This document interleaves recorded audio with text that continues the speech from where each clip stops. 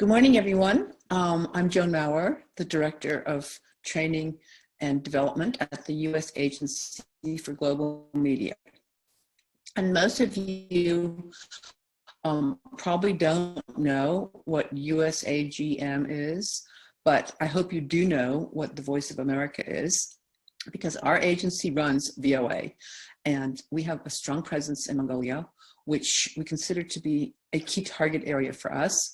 Mongolia is a young country with a vibrant democracy and has made incredible strides in its young life, and has a very unique location. So Voice of America has representatives in Mongolia. We broadcast into Mongolia, and we also do training, and we support journalists in many ways. So I hope that if you have questions about journalism, about COVID-19, about health, you'll be able to contact me through email or through social media platforms. Today, we're going to look at ethics in journalism. And in particular, we're going to talk about ethics around the COVID-19 pandemic, because there are some really unique challenges on the ethical front that journalists face in covering health issues. But let's just start with some basics about ethics, because everybody can always be reminded about ethics. And just on that front, at our agency, we are required every year, every person in the agency is required to take a course in ethics, refreshing them about what's ethical, what's not ethical, and how to proceed in their work in an ethical manner. So what are ethics? And what does it mean to be an ethical journalist? First off, it means to minimize harm.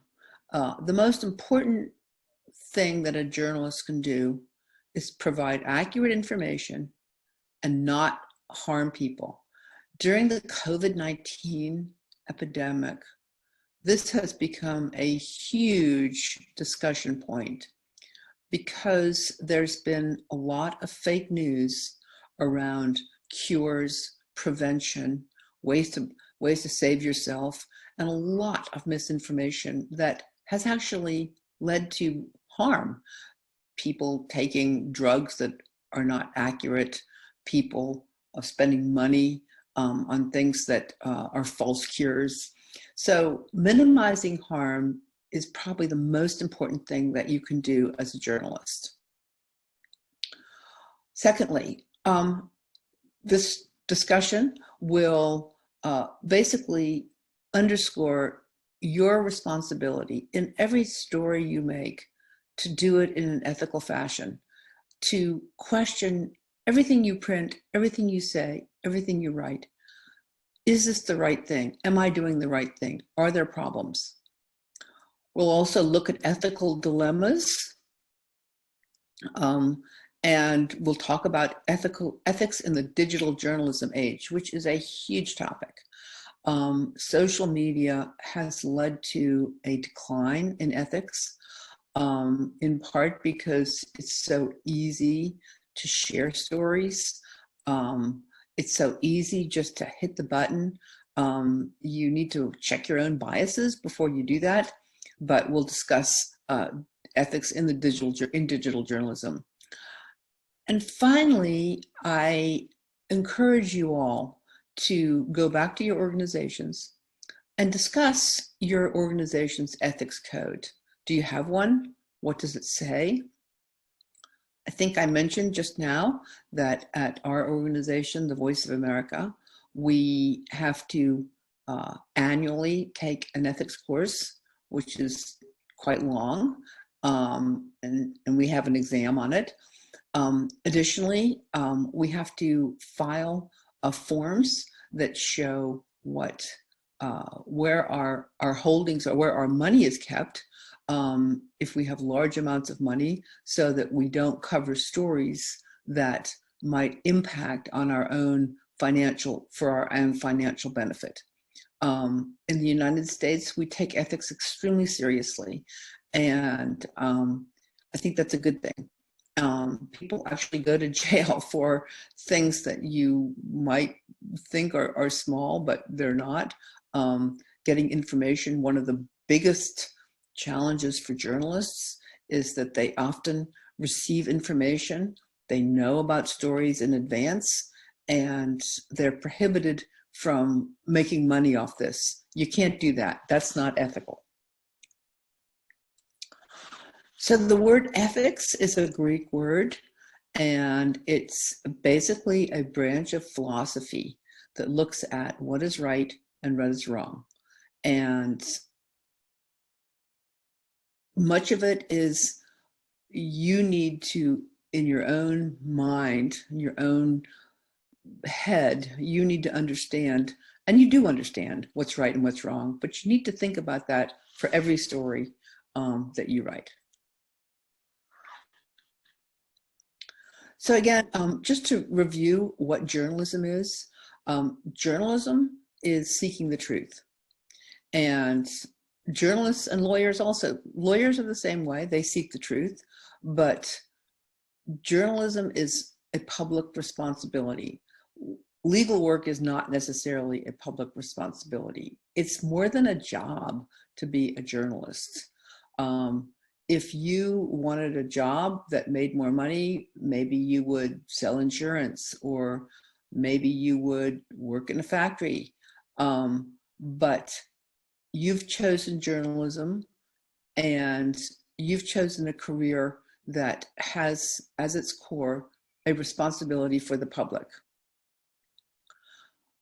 Finally, professionalism is a respect for the law and for ethics.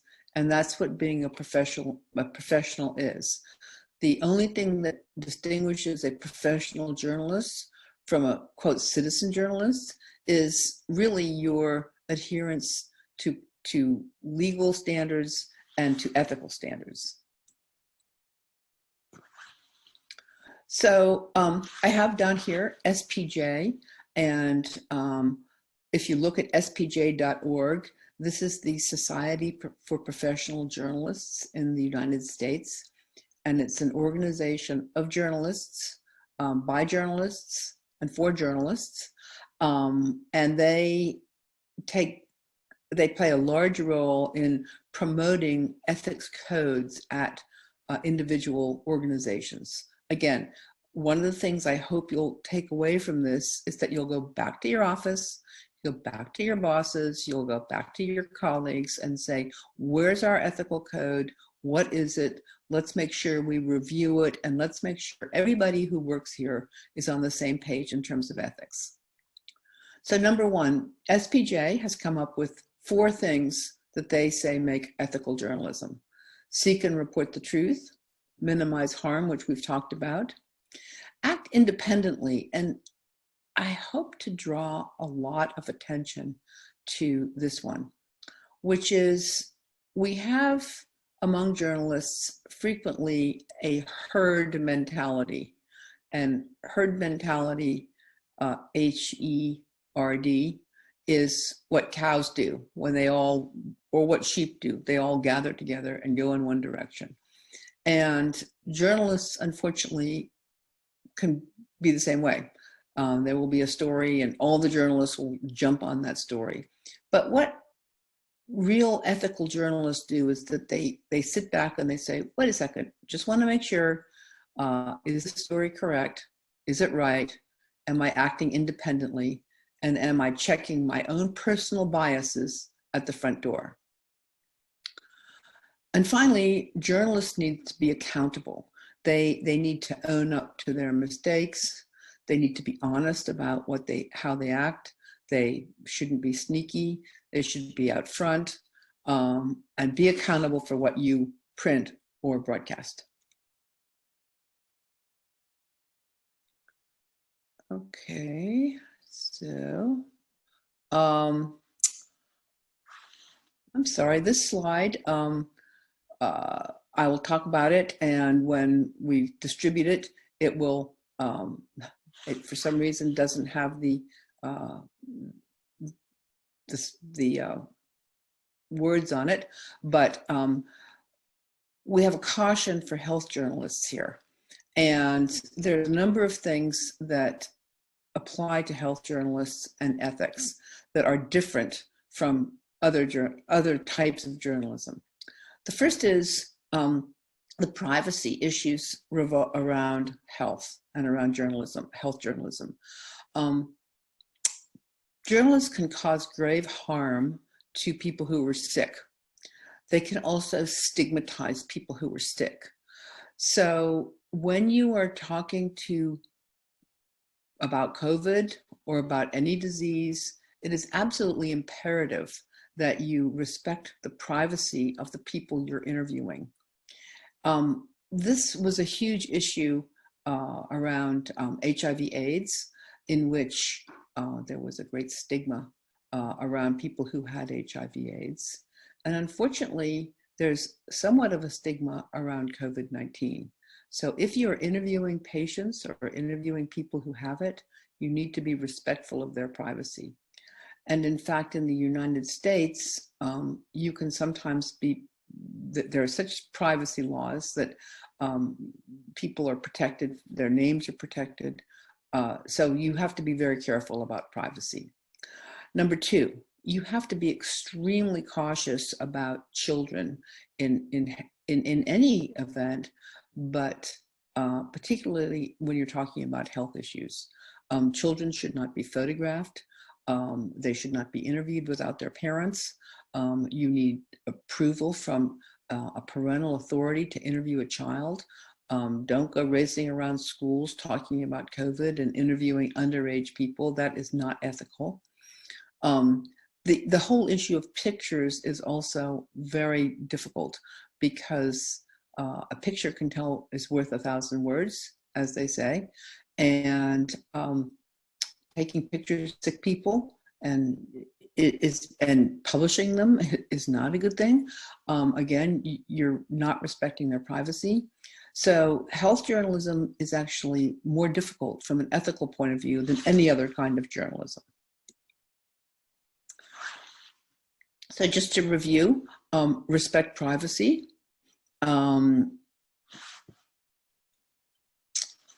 Be careful of health laws. If you remember, I said in the United States, we have many laws that protect people who are sick. Journalists can't reveal their names, can't reveal where they live, can't reveal how old they are, unless they agree, but we do have some very strict health laws here. Avoid stigmatizing sick people. This is, again, is probably the most important thing to remember when you are reporting. And stigmatization is so bad. It can affect a person's life. It can affect their livelihood, their income, their family. So unless someone has given you explicit approval to name them, talk about their condition, you need to be very careful on this issue. Caution with pictures. And finally, no children without parental approval.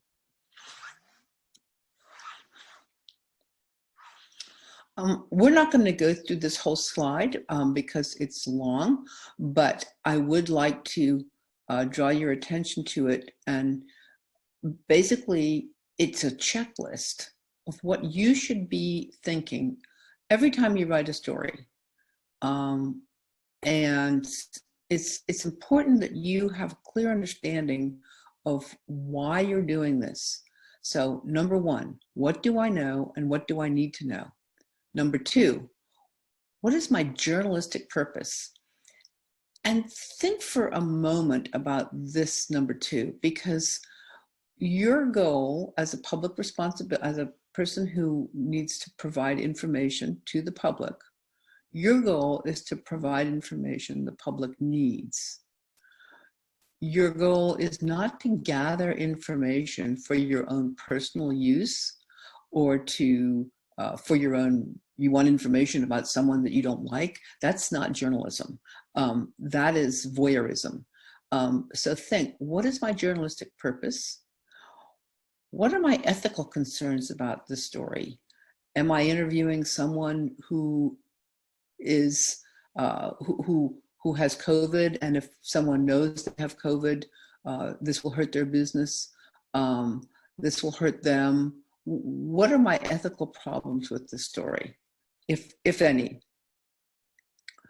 What are my organizational policies? Again, do you have an ethics code? What does it say? Is everybody up to date? I think number 5 is also very important and something that journalists often overlook. You are required to provide a diversity of ideas. Your goal is to not just interview a certain group of people, people you know, for instance. Your goal as a journalist is to have a broad perspective, people of different ages, of different genders, of different places that they work. Really, you need to have a broad perspective in order to reach people, because that's your job, to reach people. Who are the stakeholders who are affected by my decisions? Number 7, I really like this one, because what it's basically saying is, put yourself in the shoes of the person you're interviewing. What if I were the person who was sick and I was being interviewed by a journalist? What if I were the person who was running a business that had gone out of business because of COVID? What if I were the person who had no money and couldn't feed my family? So be empathetic and try to understand put yourself in the shoes of the person you're interviewing. I think it's a really great recommendation, and will make your journalism better. It will make it more empathetic, and it will make it more accessible to people. Number 8, what are the long-term consequences of my actions? Will the story hurt someone unnecessarily? Or is this a story that the greater public needs to know? Just a note here, ethical journalism is not the same as self-censorship. You don't want to censor yourself and say, oh, well, I'm doing it because I'm ethical. They're really not the same. Your goal is to provide information to people in an ethical way, but it's still to expose information to various people. What are my alternatives? And number 10, can I fully and clearly justify my thinking and my decision to my colleagues, to the stakeholders, to the public, and most importantly, to myself? Can you live with your decision to write or broadcast a certain story?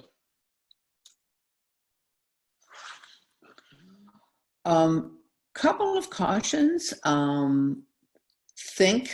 This is particularly true with social media. Think before you hit the button and send. More damage has been done, more fake news has been sent around the world, because journalists often think, wow, that's a great story. I'll just pass it along to my friends. I'll put it on Facebook. I'll put it on Twitter. I'll send it to Instagram. Many of us do that, but just think before you hit the button. Don't be cavalier. Again, this underscores the seriousness of your role in the public discourse. Don't laugh. Don't joke about things that shouldn't be joked about. And take your job and yourself seriously. Don't be malicious. Again, your job is not to go after personal vendettas. It's not to punish people you don't like. It's not to get back at people that did something wrong to you. It's to provide information to the public. What are the risks to those you're writing about? We've discussed this a lot, particularly with health journalism. There can be grave risks if you write about things that hurt someone. And again, what are the implications of what you write? Couple of the most basic rule is plagiarism. Everybody knows what plagiarism is. It's copying and pasting from somebody else's work without citing it. Plagiarism is probably the #1 reason that journalists in America get into trouble with ethics. And unfortunately, in the digital internet age, it's very easy to plagiarize. You can cut and paste. You can write. You can read something on the internet and say, "Hey, that looks like an interesting quote. I think I'll lift that." But again, I would say the #1 reason that American journalists get into ethical problems is because of plagiarism. And related to that is this issue of quotes. You really need to be careful about when you quote someone that you're quoting them correctly. There is so much misinformation and so much room for error in quotes, so that if you're going to quote someone, you should quote them directly. You should quote stories, and you should quote, but just make sure your quotes are accurate. Again, this is sort of similar to plagiarism, and a real reason for, in the United States, that a lot of journalists run into hot water.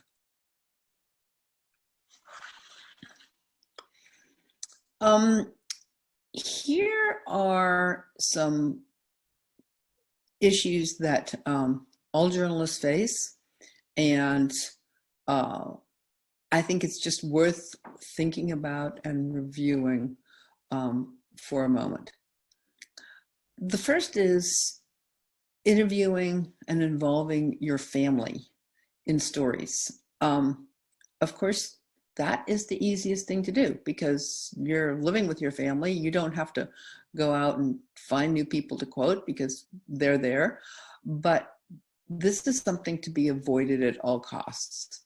Do not interview your family members because they have a vested interest in you. They're not objective. Their interest is to help you, and they are not going to be representative of the greater outside world. So it's a bad idea, unless you're writing a personal essay, to write about your family. The third item here, don't accept gifts from sources. At Voice of America, we have very strict rules on gifts. So for instance, we are not allowed to take a meal from a source. If we go to dinner with a source and the source says, "Oh, I want to pick up the tip, the tab," we're not allowed to do that. We have to say no. Now, there are some small cases where you go to an event and they're serving coffee and they're serving bagels and they're serving food. Do you not eat that? In America, we have a limit of $20, so which isn't very much for a restaurant, even though our restaurants are closed now. So we're not allowed to accept gifts from sources. We're encouraged never to always pay our own way. We are not allowed to take free rides, free airplane rides. We're discouraged, and in fact, we're banned from taking anything larger than $20. Sometimes, of course, it's very rude to say no to someone who wants to give you a gift. And that's not the intent of this ban that we have, but the intent is to prevent people from trying to buy you off for good stories. And finally, let's talk for a moment about friends. And this is a very gray area. I tend to go on the side that you should not interview your friends. It's possible, of course, you have a friend who has a great story. Well, that's a different matter, but generally you shouldn't be calling up your friends for interviews. You should be trying to have a diversity of sources, as we talked about in the previous slide. Try to get as many different people as you can, and not just rely on your friends for quotes and for story ideas.